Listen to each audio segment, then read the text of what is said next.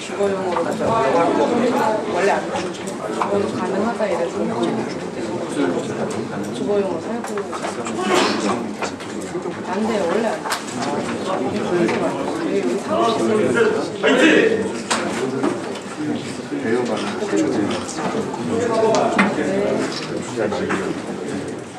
네, 촬영하겠습니다. 파이팅 한번 부탁드리겠습니다. 박수로 마무리하겠습니다. 박수 한번 부탁드립니다.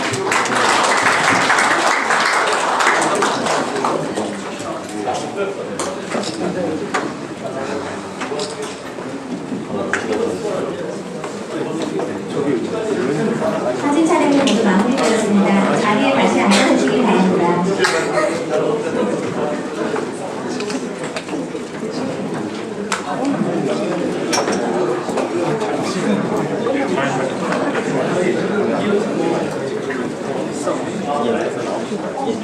나오실 때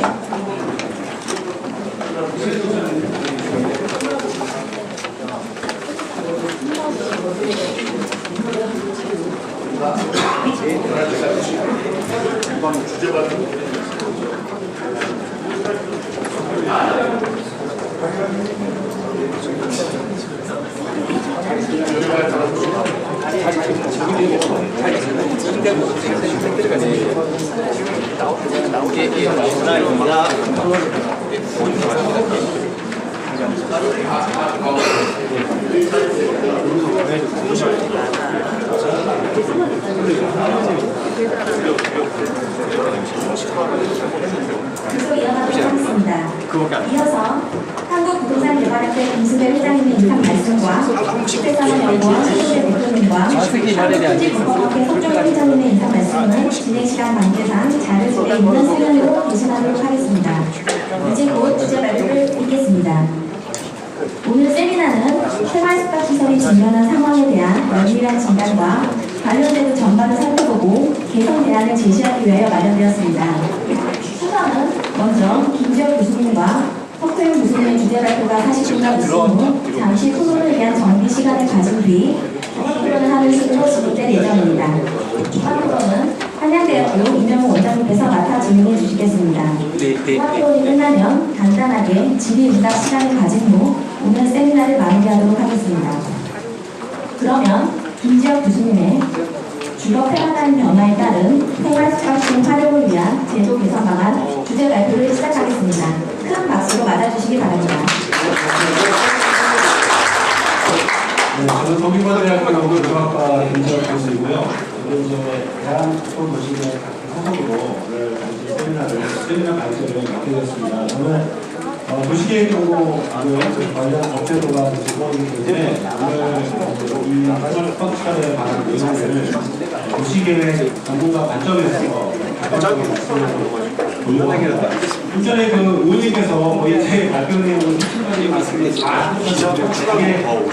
핵심입니다. 유형을 말씀드린 내용은 일단 생활숙박시설 관련해서 뭐가 문제고 생활숙박시설이 왜 나타났고 그러면 도시계획과 도시관리 측면에서 생활숙박시설을 어떻게 관리해야 되고 그러면 그 방법은 무엇인지 일반적으로 구성을 했습니다. 일단 생활숙박시설이라는 자체가 이제 뭐 다들 알고 계시는데요.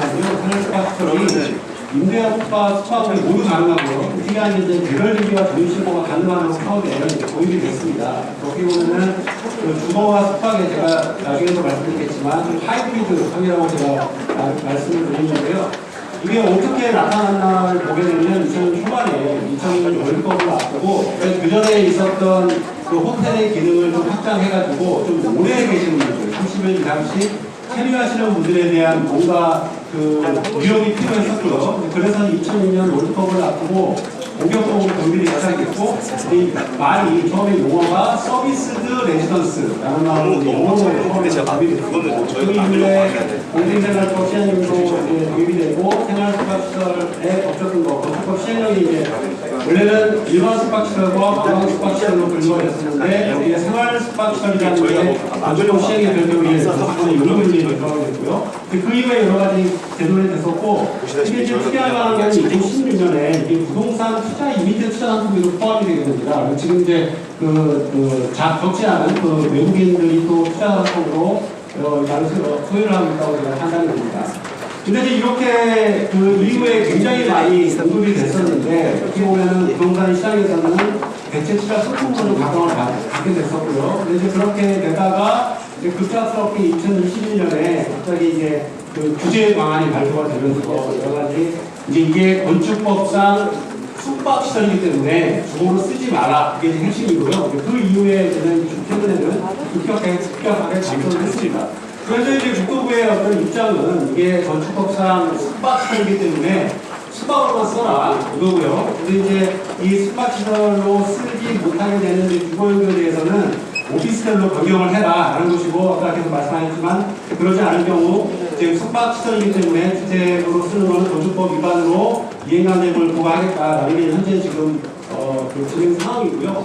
근데 이게 이제 제가 객관적 관점에서 본다면 참으로 저는 좀 이상하다라고 생각할 정도로 앞으로는 안 났는데, 이것이 이제 어떻게 보면은 수분양자들은 이게 주거지 숙박인지 잘 모르는, 일반 국민들은 잘 모릅니다. 모르는 상태에서 굉장히 많이, 이거는 뭐 모르겠습니다. 시행사나 그 개발하시는 분들이 초기에 분양을 할 게 이걸 여러 가지 좀 그런 부정적 측면이 있다고 보는데, 어찌되었건 결과론적으로 지금 현재는 이 갖고 계신 분들이 모든 이 어떤 폭탄을 떠안는 상황이 처해야 됐고요.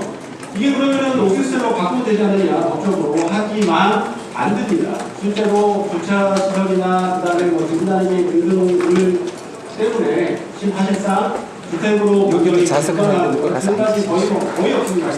거의 없다고 보면 되고, 불가능합니다, 앞으로. 왜냐하면 워낙 자체로 건축법상이 갖는 기준 자체가 다르기 때문에 불가능하기 때문에, 그러다 현 시점에서 도대체 지금까지 굉장히 많이 공급되어 있는 인상시설을 어떻게 이걸 합리적으로 해결할 건지가 좀 정하지 않으면은 그거는 굉장히 저는 불합리한 상황이 불합리한 상황이 되고요. 그래서 지금 굉장히 좀 부담감이 있지만 빨리 도시 관리 측면에서 생활숙박시설이나 관리 방안이 필요하다라는 게 생각입니다. 그 생활숙박시설 이게 도대체 왜 나타났을까를 제가 이제 어떤 그 학술적이나 전문가적 측면에서 보자면요, 주거 유형이라는 거는 굉장히 발전을 합니다. 수준이나 삶의 어떤 거에 따라 달라하는데, 리포에서 보시는 것처럼 처음에 1962년에 저희가 건축법이 이제 제정이 됐다고 하더라도 그냥 간단하게 주택과 공동주택만 있었던 것들이 지금 쭉 시대가 변하면서 여러 가지 주거 유형들도 포함이 됐거든요. 그래서 지금 현재는 굉장히 많은 주택 종류와 그다음에 주택법상 준주택 종류가 이게 되고 있습니다. 이런 변화가 단순히 그냥 뭐 부동산 시장의 그 상승으로 나오는 것은 아니고요. 사회적이나 경제적이나 기술적 변화들에 따라가지고 주거 유형, 시장에서 그리고 국민들이 소비자들이 원하는 주거 유형은 굉장히 다양화되기 마련입니다. 조금만 구체적으로 보게 되면은 사회적 변화에서 가장 드러지는 게 우리나라 벌써 도시산들이 5.1로 떨어져서 난리가 났는데요. 그럼에도 불구하고 현재 우리 주택시장이 수요가 갖춰지는 이유는 가격제가 가격이 때문이거든요. 저희가 도시계획을 공부할 때만 하더라도 일가구는 사익이 그게 기본으로 들어가서 되었는데, 요즘에는 1, 2가구들이 굉장히 많이 늘어나기 때문에 지금 주택 수요들이 다양해지고 있고요. 거기다가 이제 노령층이 증가하면서 총 가구수, 노인 인구 증가, 그다음에 현재 그 1, 2가구의 특성이라고 이 수요자 맞춤형 주거 수요가 증가하고 있는 현실입니다. 특히나 이제 저는 주거 유형에서 가장 중요한 게 이 소득 수준이라는 표현이 있는데요. 소득 수준에 따라 가지고 원하는 주거의 유형들이 굉장히 다양한 겁니다. 특히 이제 한 3만 달러 정도 GDP 퍼 캐피타가 1인당 국민 소득이 3만 불이 넘어가게 되면 여러 가지 휴양 여가 문화가 확산이 되고 이거에 따라 가지고 세컨드 하우징이나 별장이나 다른 여러 가지 주거 유형들이 많이 생기기 때문에 기존에 우리가 성장기, 개발 성장기에서는 굉장히 그 공급자 중심의 팔에 박힌 딱 그 30평대 평형에 맞는 것들이 굉장히 효율적으로 구현이 됐다면 요즘 사회는 굉장히 다품종 소량 생산 체계로 변하는 게 우리뿐만 아니라 굉장히 많은 나라에서 이미 경험했던 거고요. 특히 이제 최근에 보면은 나타나고 있는데 세컨하우징이 굉장히 많이 늘어나고 있습니다. 특히 이제 지방 요즘에 그 트렌드처럼 자리 잡고 있는 우리 제주도 한 달 살기, 지방 한 달 살기 등등으로 인해 가지고 한 달 이상씩 돌아다니면서 이렇게 사는 문화도 증가하고 있고, 그다음에 기타 1인 가구 코리뱅 같은 따로소 같이 이런 그 개념의 새로운 MZ 세대들을 위한 주거 타입들이 나타나고 있습니다. 이게 이제 다른 나라도 마찬가지인데, 특히 이제 우리보다 먼저 3만 불을 달성한 미국 같은 경우를 보더라도 3만 달러가 넘어가면서 이제 세컨하우징과 다양한 주거 유형들의 수요가 막 증가하게 되고요. 특히 이제 이 체류와 주거의 경계가 허물어지기 시작합니다. 그게 이제 제가 여기서 말씀드린 내용이고요.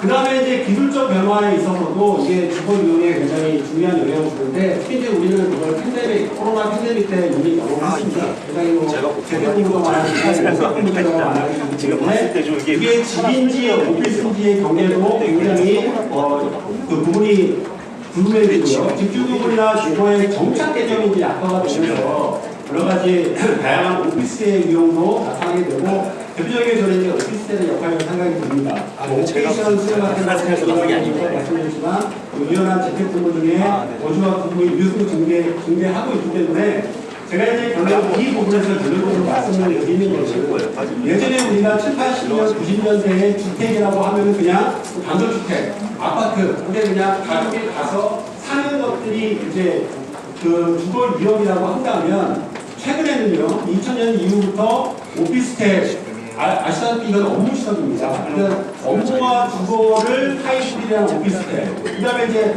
기숙사, 최근에 임대료 기숙사를 만들게 되고, 심지어 이제 고시원은 다 드릴 수는 없어요. 저희도 이쪽 분리생활 시설이거든요. 갖고 오는 대로. 이런 것들도 이제 그 주거 준주택으로 인정이 됐는데, 이런 것들이 보면 예전에 정착의 개념이 아니죠. 저는 이제 저희 학교에 기숙사가 있지만 기숙사는 엄연히 주택법상 주택 이전을 받게 되고 주민등록 인정을 하고 있지만, 사실 학생들이 사는 거는 한학기거든요. 한학기면은 다 퇴사를 하고 다시 다음 학기는 맞습니다. 새로운 기숙사를 가는데, 이런 것들이 그러면 우리가 예전의 정착 개념에서 벗어난 이런 형태의 새로운 주거 유형들이 체류형 주거라고 저는 생각이 됩니다. 거꾸로 보게 된다면, 예전에 숙박시설은 호텔이나 이런 펜션에 기반이 됐지만, 최근에 민방이나 특히 부촌의 한옥 체험업 같은 경우가 굉장히 좀 다양화된 숙박의 유형이고요. 보게 되면 여인숙 같은 경우는 주민등록 이전으로 됩니다. 심지어는 숙박이지만 주민 이전이 되는 그런 여인숙들이 있기 때문에, 저는 이제 체류형 주거시설의 개념이 필요한 시점이라고 생각하고 있고, 저는 이제 생활 숙박시설이 바로 이런 우리나라의 사회적, 경제적, 기술적 여건 변화에서 지금 그냥 나온 것이 아니라 여러 가지 수요들이 있기 때문에 탄생한 주거와 숙박의 하이브리드형 체류시설로 보는 것이 저는 타당하다고 생각이 됩니다. 그렇다면 이제 이게 도시계획 그리고 도시 관리 측면에서 생활 숙박시설을 좀 어떻게 봐야 되느냐가 문제고요. 이게 지금 우리가 이제 소득순주도 되게 올라가고, 그다음에 지금 4차 산업혁명 기술이 엄청나게 발전하고 있기 때문에 지금 현재 도시에는 많은 운동이 막 펴지고 있습니다. 대표적인 게 지식산업센터입니다. 지금 성수뿐만 아니라 굉장히 많이 지금 지식산업센터가 하나의 상품으로 잘 잡고 있고, 성수 가보시면 그 지식산업센터가 많이 들었었는데, 이게 이제 공장이거든요. 공장이 이제 아파트의 공장입니다. 건축법상. 그럼에도 불구하고 굉장히 지식센터가 업무시설뿐만 아니라 연구시설, 무신랑 제도시설, 이쪽 분리생활시설 역할을 하고 있고요. 최근에 이제 우리 하천성무실의 그 AI의 핵심인 데이터 센터들 같은 경우는 이게 방송 통신시설인지 업무시설인지 아직 건축법상 분류가 없습니다. 키즈카페, 깨카페 굉장히 많이 생기잖아요. 우리 카페 문화를 굉장히 외국 사람들이 좋아하는 문화인데 과연 이게 일종인지 이종인지 일반 일종인지 아니면 이게 공식물 시설인지 이게 분명하지 않습니다. 그리고 앞으로 이제 계속 나타나게 될 슬라우드 충전소, 자율주행 관제센터, 그리고 언젠가는 시설될 위한 비창역장 이런 것들이 아직은 용도 분류가 안 돼 있는데 제가 말씀드리고자 하는 거는 우리나라의 용도 분류는 건축법상 그 시행령, 건축법 시행령 별도 위해서 이 29가지 용도를 발명하고 있기 때문에 이게 굉장히 정식되어 있습니다. 용도 지역과 건축물의 용도가 맞물려 있어서 그 용도 관리를 우리는 하고 있는 시스템인데 지금 사회에는 굉장히 많은 다양한 용도가 막 나타나고 있는데 이런 29가지의 틀 속에 갇히다 보니까 문제점들이 막 생겨나는 것 같다는 생각이 듭니다.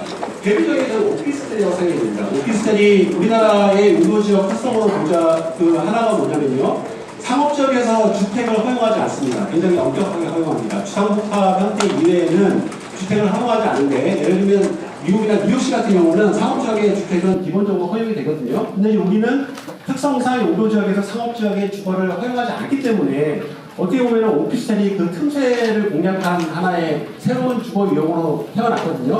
근데 이제 오피스텔은 지금도 건축법 시행령에 아까 29가지 용도 분류에서 업무시설입니다. 아직도 업무시설이기 때문에 처음에 1985년에 오피스텔이 태어난 이후에 이게 굉장히 그 폭발적인 그 인기가 있었음에도 불구하고 계속해서 이제 당시에 이제 법규인가요? 네, 지금 이제 국토부에서는 이게 업무시설이기 때문에 주거로 활용하지 마라라는 정책을 시행했고요. 거의 뭐 한 10년, 20년 동안 여러 가지 주택으로 쓰지 못하는 정책을 시행했거든요. 욕실 설치도 금지하고, 화장실 설치도 금지하고, 특히 다락난방을 제한도 했지만, 결국에는 2010년에 오피스텔이 분명히 상업지역에서 주택의 기능을 하고 있다는 것이 인정이 된 거죠. 그 당시에 이제 여러 가지 그 부동산 시장 안정화 측면도 있었고요. 주택 공급 측면에서 이게 그 기능을 한다는 것이 인정이 됐기 때문에 2010년에는 주택법상 중축통으로 인정이 돼가지고 지금 이제 주거용 오피스텔과 업무용 오피스텔을 구분해서 관리하고 있습니다. 이런 것처럼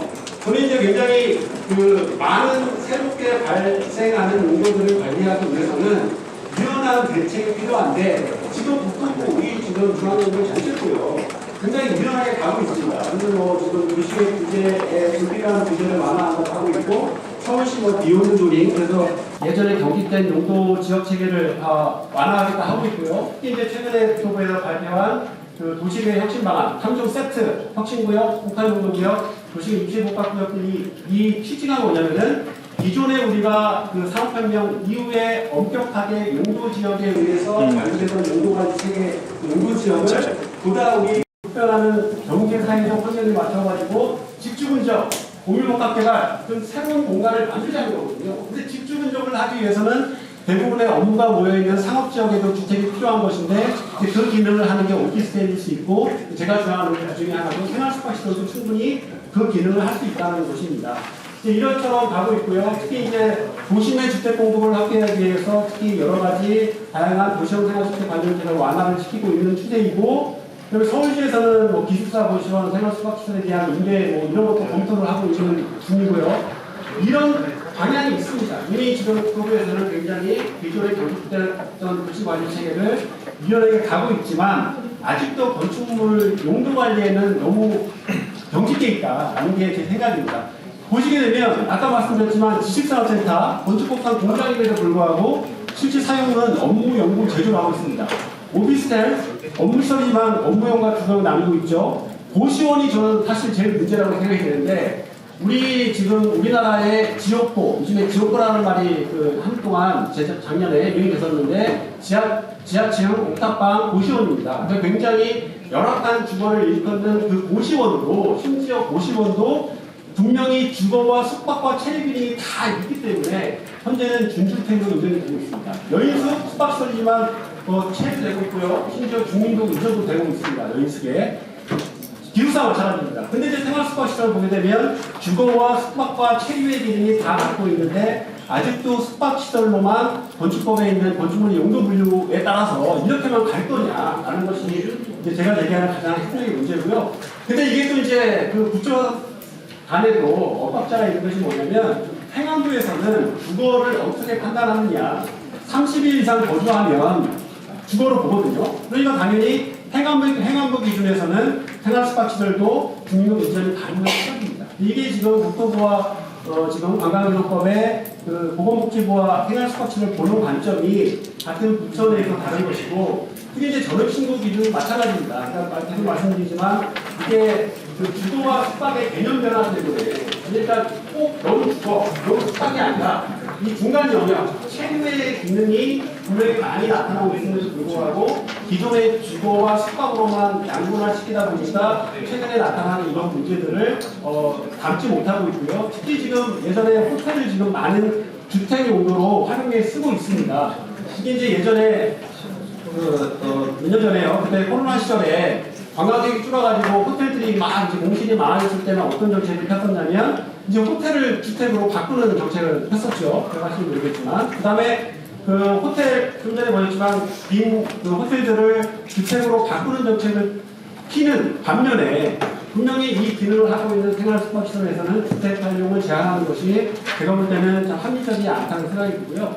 그래서 이제 저의 그 도시계획적 관점에서의 저희 그 결론은 뭐냐면, 이제 주거라는 개념이 뭐 기거냐 거처냐 숙박이냐 거주냐, 이것은 이런 어떻게 보면 그 여러 가지 용어 정의가 있는데, 현재 지금 주택은 그냥 건축물의 건축법상의 넌 주택이야라고 하게 되면 주택이 되는데, 사실 보게 되면 기거, 거처, 숙박, 거주, 체류의 개념들이 경계가 불분명해지고 있고요. 이것을 주거가 건축물의 용도 분류가 아닌 실질적인 삶 형태로 이제 우리가 이거를 관리할 때가 됐다라는 것이 저의 생각입니다. 뉴욕시 30일 이상 넘어가면 주거로 봅니다.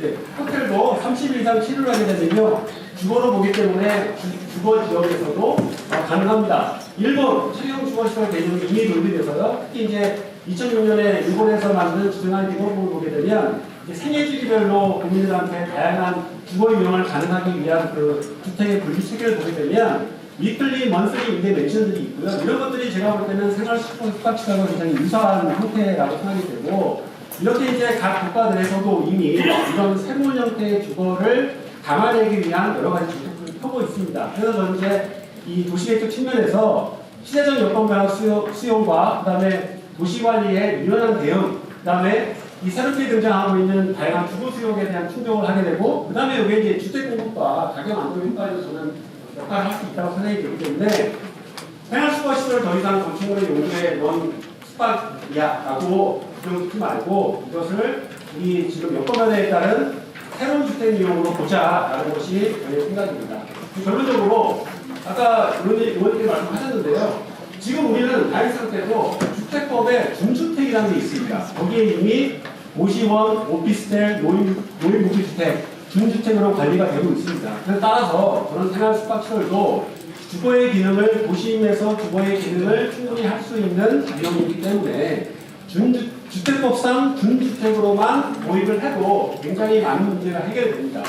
기존 수 분양자에 대해서는 저는 이것을 수분양자에게만 책임 전가하는 것은 너무나 저는 편해지지 않다고 생각이 들어요. 이거는 어떻게 보면 저는 엄정하지 않다고 생각이 되고, 특히 이제 투자 이민제 아까 말씀드렸던 이 근거로 매입한 외국인들이 살고 있는데 이거는 주택이 아니니까 숙박으로 써라라고 하는 것들은 더 나아가가지고 어떤 국가적인 신뢰 문제도 발생하게 될 것 같고요. 다음 발표에서 석 교수님 발표해 주시겠지만 당연히 거주 이전 자유와 법률 수업에 어긋고 위반이 됩니다.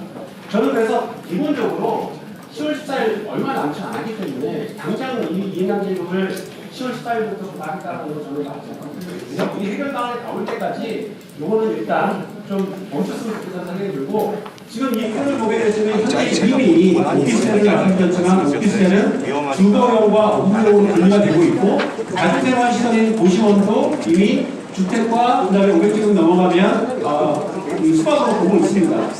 생활 숙박시설 마찬가지로 저는 주거형과 숙박형으로 분리해서 관리하는 굉장한 생각이 듭니다.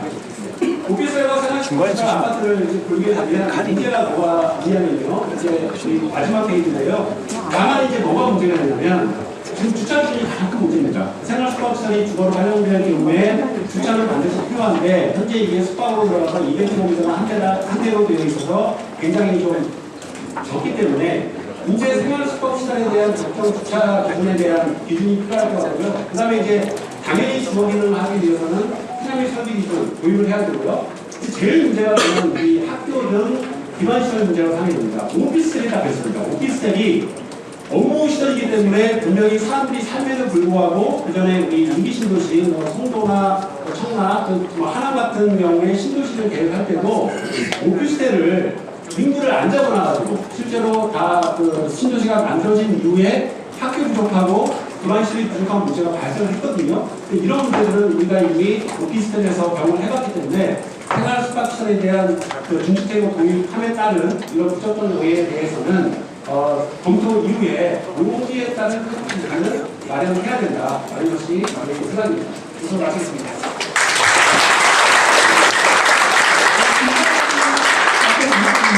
다음 주제 발표 전 귀한 발걸음을 주신 국민의힘 원내대표 대구 수성구을 이인선 의원님 앞으로 인사하겠습니다. 한 말씀 부탁드리겠습니다. 예, 요즘 국회의를 하러 바쁘신데 우리 이현생 의원님 우리 출신인 예, 한개 의원님과 같이 했습니다만은 강태식 의원님과는 대구에서 같이 여러 가지 여정 활동을 하면서 굉장히 귀한 일을 하고 있어서 제가 관심이 있어서 왔습니다. 귀한 발전을 보면서 이런 우리가 몰랐던 부분들에 대해서 우리 국회에서 해야 될 숙제들이 있구나 생각하고 제가 열심히 같이 손잡고 하도록 하겠습니다. 감사합니다. 이어서 속수영 교수님의 생활숙박시설 거주 이전 자유의 제한과 소급 입법 금지에 대한 법적 연구 주제 발표를 시작하겠습니다. 큰 박수로 맞아주시기 바랍니다.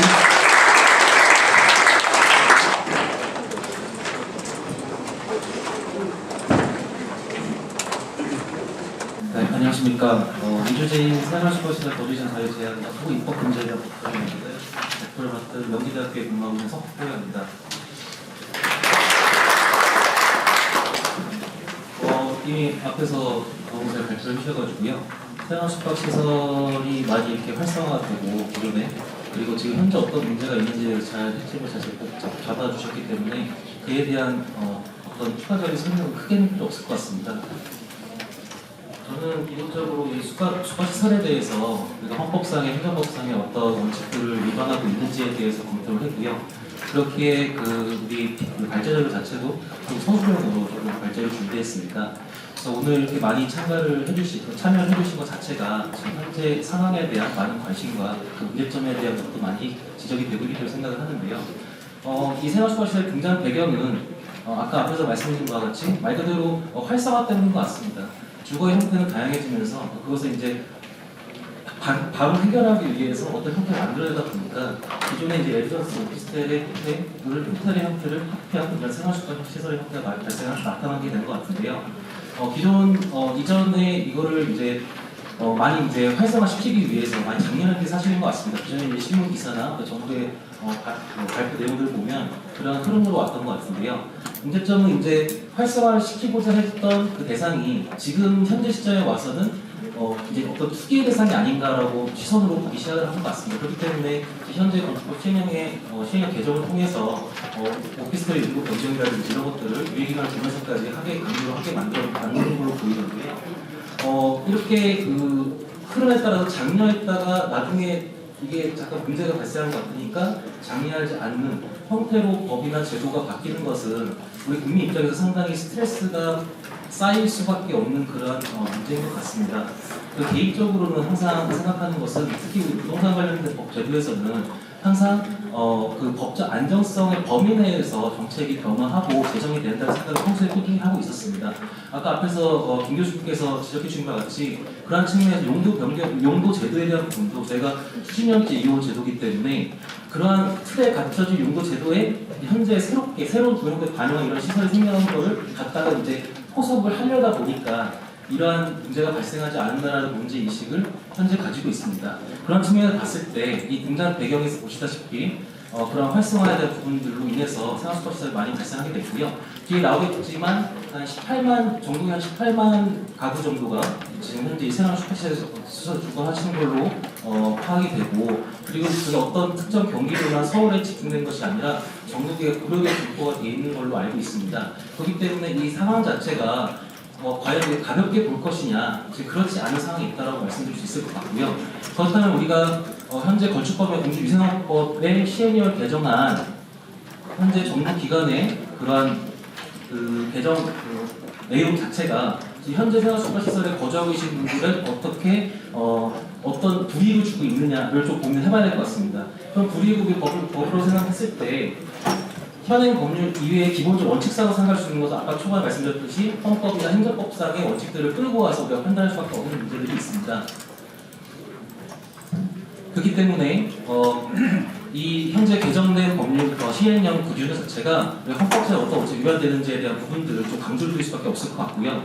일단 현행 법률상에서 말씀드리면 이 개정된 내용을 과연 우리 생활수급시설에 거주하는 국민들이 과연 그걸 편하게 우리가 이해할 수 있을 것에 대한 부분 생각을 안 할 수밖에 없습니다.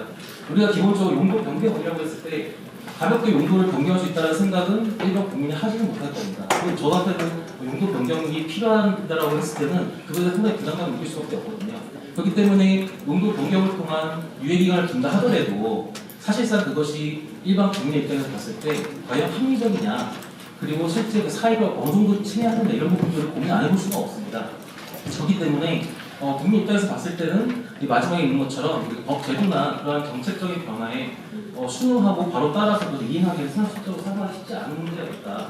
그 현실적인 문제에서 아까 교수님이 지적해 주신 것과 같이 특히나 주차장에 대한 그 설치 기준에 대한 오피스에 대한 생활수급시설이 차이가 있다는 게 가장 큰 제한사항으로, 운동의 제한사항으로 지적이 되는 것 중에 하나인데요. 그런 것들 과연 쉽게 일반 국민들이 적응할 수 있겠느냐, 그런 수능의 문제도 그런 것이 현실적인 문제라고 보실 수 있을 것 같습니다. 일단 이행간제금이 가장 현실적으로 다가오는 문제라고 생각합니다. 이행간제금의 문제는 일회성이 아니라는 데 문제가 있습니다. 현재 개정된 안에 따른 규정에 따르면 이행간제금을 부과할 수 있고 10월 14일부로 그 이행명령을 따르지 않았을 때 그 강제금을 부과하게 되는데요. 그것이 일회성이 아니라는 게 문제인 거죠. 그 일회성이 아닌 거에 대해서 이전에 헌법재판소에 판단이 있었습니다. 그리고 건축법상 기준의 위법건축물에 대해서는 이행강제금을 여러 개 반복해 부과하는 것이 헌법 위반되는 것이냐라고 했을 때 그렇지 않다는 판단이 있었습니다.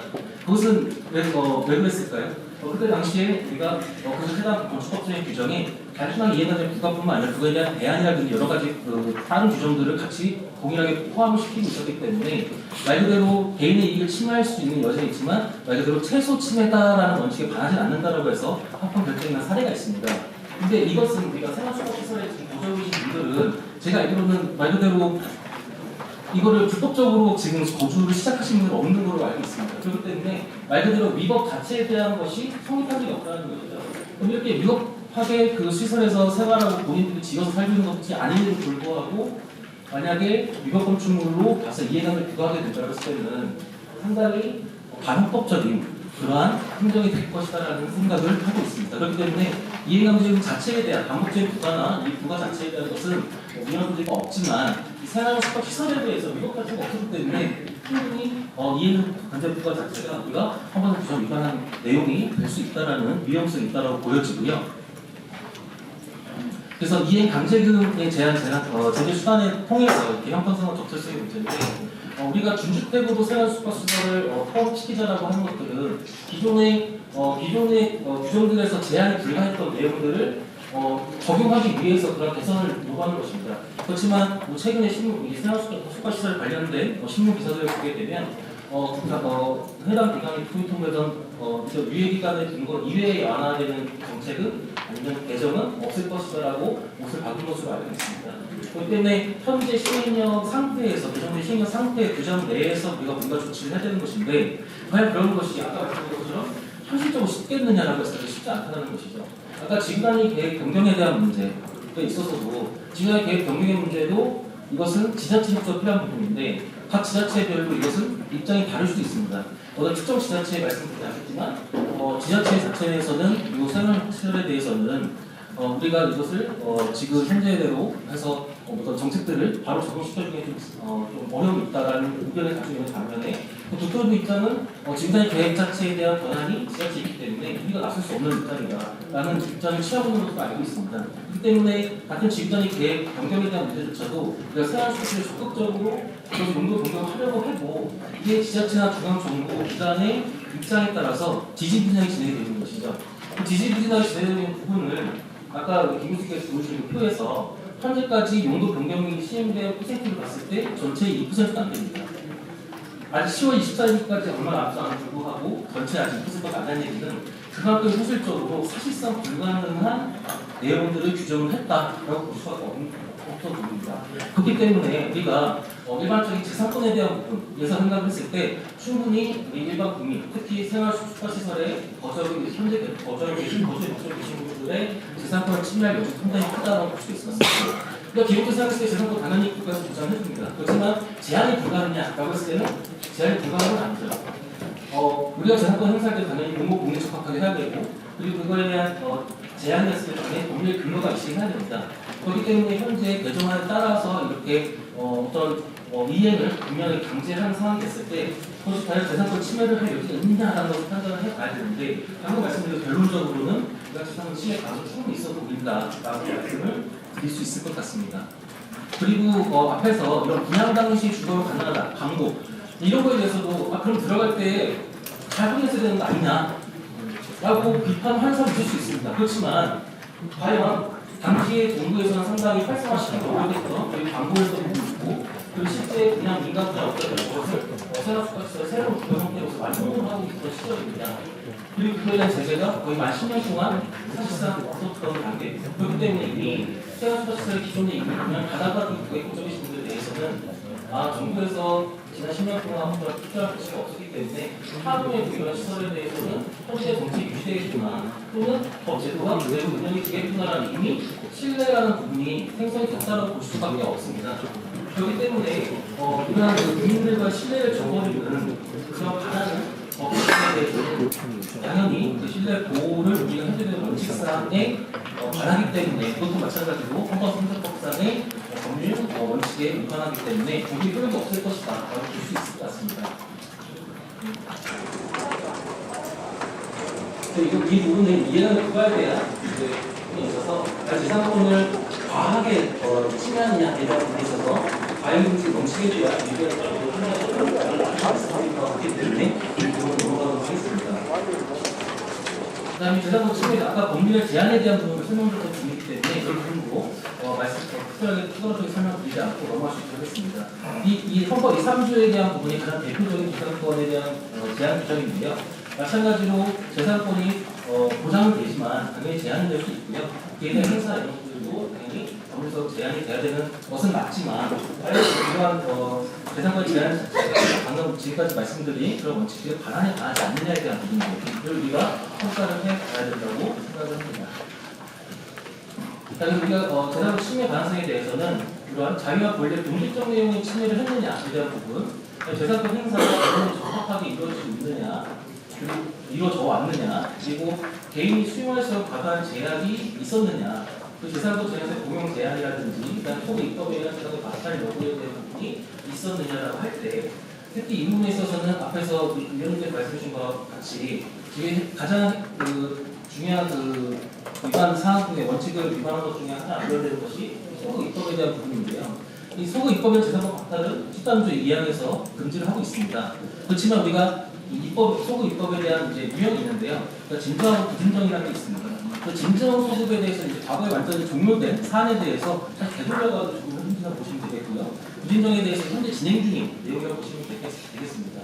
만약에 진정 소득에 대해서도 이미 우리 분양 세관 슈퍼시설 같은 경우 이미 분양이 마무리됐습니다. 그 상태에서 마무리됐기 때문에 우리가 이미 어떤 행위 자체가 다 마무리된 어떤 사건이 종료된 상태라고 볼 수 있지 않겠느냐. 그것 때문에 결국에는 지금 현재 개정안은 우리가 소득입법에 대해서 특히 진정소득 원칙상으로 금지하고 있는 진정소득입법에 반하는 것이 아니겠느냐라는 판단을 해볼 수가 있을 것 같습니다. 자, 그리고 생활 다른 수가지 형평성에 대한 부분인데요. 애초에 우리가 일반 숙박시설, 건축에서 일반 숙박시설하고 생활수급에서 동일하게 한 규정에 이제 그 규정을 하고 있는데요. 근데 애초에 생활수급시설은 그 출발점 자체가 기존의 이런 일반 숙박시설하고 차이가 있기 때문에 이것을 동등한 선상에 놓고 비교로 해서 이것이 평등한이 아닌가라고 보는 것은 애초에 그 대상 자체는 적절하지 않아 보인다고 생각은 듭니다. 그렇지만 우리가 기본적으로 그런 측면에서 우리 마지막에 있듯이 생활수급시설 일반 숙박 자체로 공유를 보는 게 그 자체만 우리가 평등 원칙에 위반되는 것이 아니냐라고 한번 생각을 해볼 수 있을 것 같습니다. 그리고 우리가 소급입법 금지 원칙 아까 말씀드린 바와 같고요. 신뢰보호 원칙에 대한 부분 아까 신뢰보호 원칙에 대한 부분은 충분히 신뢰는 형성됐다고 보여집니다. 다만 그 신뢰에 대한 부분이 이제 말 그대로 정부대에 갔을 때 우리 국민의 그러한 신뢰를 지켜줘야 될 필요가 있는 것이 아니라 판단이 들어가야 됩니다. 그럼 그 판단을 어떻게 할 수 있겠느냐라고 했을 때 프라이버시 있는 것처럼 이게 보호 가치라든지 신뢰의 정보 이런 것들을 비교 형성하게 됩니다. 단순하게 신뢰가 있었을 게 아니라 그것이 과연 말 그대로 정도가 어느 정도 됐냐를 판단을 해줘야 되는 거죠. 근데 이 생활형 숙박시설 같은 경우는 제 판단에는 말 그대로 기간이 10년 가까이 유지가 되어 왔고 그리고 아까 말씀드린 것처럼 지역적이지 않습니다. 그러니까 어떤 특정 지역에 한정된 것이 아니라 현재 전국적으로 이런 시설이 퍼졌고 전국적으로 지금 거주하고 있는 국민들이 수가 많다는 거죠. 그럼 말 그대로 지금 10월 14일 현재 2%까지도 아직 온도 변경이 안 된 이 생활버스에 대해서 10월 14일 이후부터 이행하게 바로 부과되기 시작하게 되면 최소한 10%가 지금 부과될 예정이라고 했을 때 최근에 생활숙박시 시설에서 가장 인기가 있었던 숙박시설 같은 생활 숙박시설 같은 경우는 분양가가 한 11억, 12억가 들었습니다. 실제적으로 최소한 그걸 기준했을 때 최소한 10%를 할 때 1억이나 8천만 원 정도의 이해관계금을 낼 수밖에 없는 상황이 될 수밖에 없다는 것이죠. 그런 걸 봤을 때 결국 모발에 대한 신뢰 자체가 말 그대로 보호하지 않아야 되는 것이냐고 했을 때는 그렇지 않다라고 말씀을 드릴 수 있을 것 같습니다. 네, 마지막으로 이제 필수 방안인데요. 일단 기본적으로는 그 경과 조치를 이 법 시행령의 그 개정된 규정 자체가 그 개정 이후에 바로 적용이 되도록 하는 것이 가장 큰 문제가 아닌가 싶습니다. 그렇기 때문에 소기 입법에 대한 문제가 발생하는 것으로 보이고요.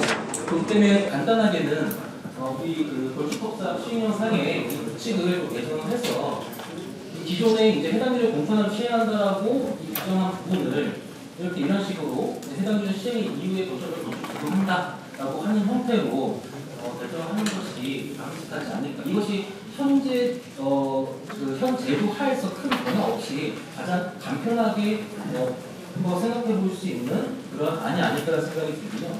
생활수급의 개념 명확 이 부분은 이제 앞에서 의원님도 분명히 말씀 주신 바와 같이 주택의 형태로 기존에 이거 형태를 가지고 있기 때문에 주택법 적용하는 중국어 형태의 주택으로 우리가 좀 이용하는 형태로 개정을 하자라고 하는 부분과 같은 상황이 있다고 볼 수가 있을 것 같습니다.